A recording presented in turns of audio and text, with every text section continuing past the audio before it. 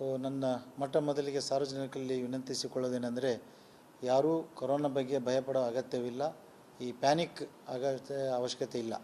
ಯಾಕೆಂದರೆ ಕಾಲಕ್ಕೆ ಸರ್ಕಾರದ ಒಂದು ಮಾರ್ಗನಿರ್ದೇಶನದಂತೆ ಎಲ್ಲರೂ ನಾವು ಕಾರ್ಯನಿರ್ವಹಿಸುತ್ತಾ ಟೆಸ್ಟ್ಗಳನ್ನು ಮಾಡ್ತಾ ಬಂದಿದ್ದೀವಿ. ಈಗ ಇಲ್ಲೊಂದು ನಾನು ಮಾಧ್ಯಮದಲ್ಲಿ ನೋಡಿದ ಪ್ರಕಾರ ಪ್ರಕರಣಗಳು ಬೆಳಕಿಗೆ ಬಂದಿದೆ. ಸೊ ನಿನ್ನೆ ತಾನೇ ನಮ್ಮ ಘನವೆತ್ತ ಸರ್ಕಾರ ಒಂದು ಜನರಲ್ ಪಬ್ಲಿಕ್ಕಿಗೆ ಒಂದು ಪ್ರೆಸ್ ನೋಟನ್ನು ರಿಲೀಸ್ ಮಾಡಿದ್ದಾರೆ. ಮತ್ತು ಅದಕ್ಕೆ ಬೇಕಾದಂಥ ಎಲ್ಲ ಟೆಸ್ಟಿಂಗ್ ಇರ್ಬೋದು, ಅದಕ್ಕೆ ಇನ್ಫ್ರಾಸ್ಟ್ರಕ್ಚರು ಮತ್ತು ಟ್ರೀಟ್ಮೆಂಟ್ ಮಾಡಲಿಕ್ಕೆ ಬೋತ್ ಮೆಡಿಕಲ್, ಪ್ಯಾರಾಮೆಡಿಕಲ್ ಆ್ಯಂಡ್ ನಾವು ಸಪೋರ್ಟಿವ್ ಸ್ಟಾಫ್ ಎಲ್ಲರಿಗೂ ಈಗಾಗಲೇ ನಾವು ಅವರಿಗೆ ಇನ್ಸ್ಟ್ರಕ್ಷನ್ ಕೊಟ್ಟಿದ್ದೇವೆ.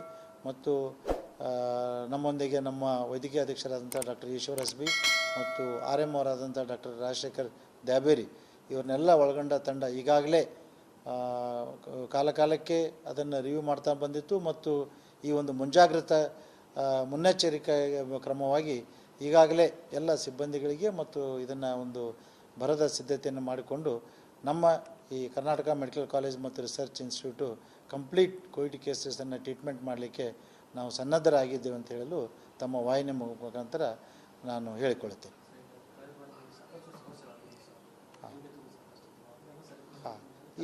ಈಗ ನ್ಯೂನತೆ ಅನ್ನೋದಕ್ಕಿಂತಲೂ ಕಳೆದ ಬಾರಿ ಆದಂತಲೇ ತಮಗೆ ಗೊತ್ತಿದ್ದ ಹಾಗೆ Covid phase 1, second phase, third phase ಆ ಥರ ಇದ್ದಾಗ ನಮ್ಮ ಸಂಸ್ಥೆ ಬರೀ ರಾಜ್ಯ ಮಟ್ಟದಲ್ಲೆಲ್ಲ ರಾಷ್ಟ್ರ ಮಟ್ಟದಲ್ಲಿಯೂ ಎಲ್ಲ ಒಂದು ಸೇವೆಯನ್ನು ಮಾಡಿ ಒಂದು ಬೆಸ್ಟ್ ಅಂದರೆ ಹಾಸ್ಪಿಟಲ್ ಟ್ರೀಟ್ಮೆಂಟ್ ಫಾರ್ ಕೋವಿಡ್ ಅಂತಲೂ ಸರ್ಟಿಫಿಕೇಟ್, ಎಕ್ಸಲೆನ್ಸ್ ಸರ್ಟಿಫಿಕೇಟ್ ತೆಗೆದುಕೊಂಡು ತಮ್ಮ ಗಮನಕ್ಕೆ ಇದೆ.